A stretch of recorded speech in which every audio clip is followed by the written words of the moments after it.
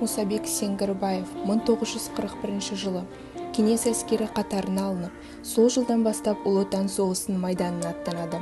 Қызыл әскер Мусабек Сеңгірбаев Батыс майдандағы 16-шы әскердің 316-шы атқыштар дивизиясы, 1075-ші атқыштар полкі, 2-ші батальоны 4-ші ротасының атқышы болды.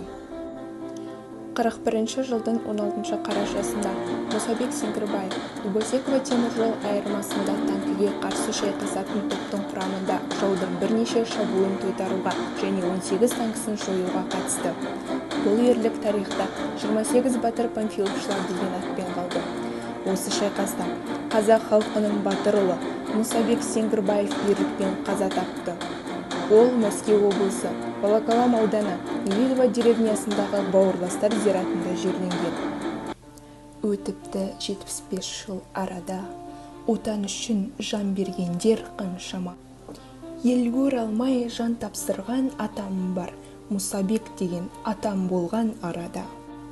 Білек күшін жиып алған намысқа, ел үшін деп жаным берген соғыста. Ерлігі мәңгі өшпес бабамның, Мусабек атты атамның.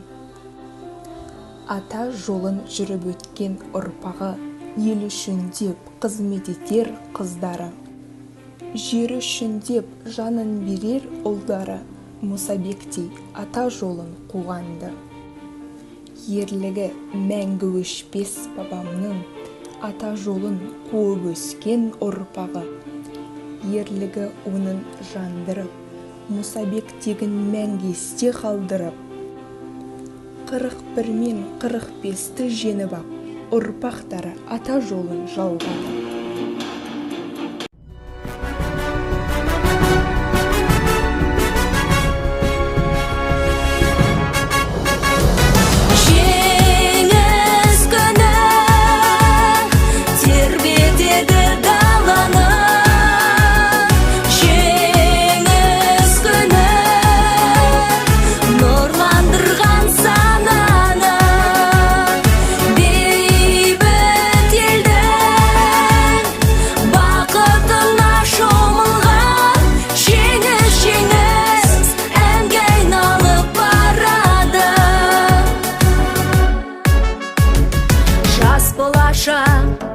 Ер қадірін біледі,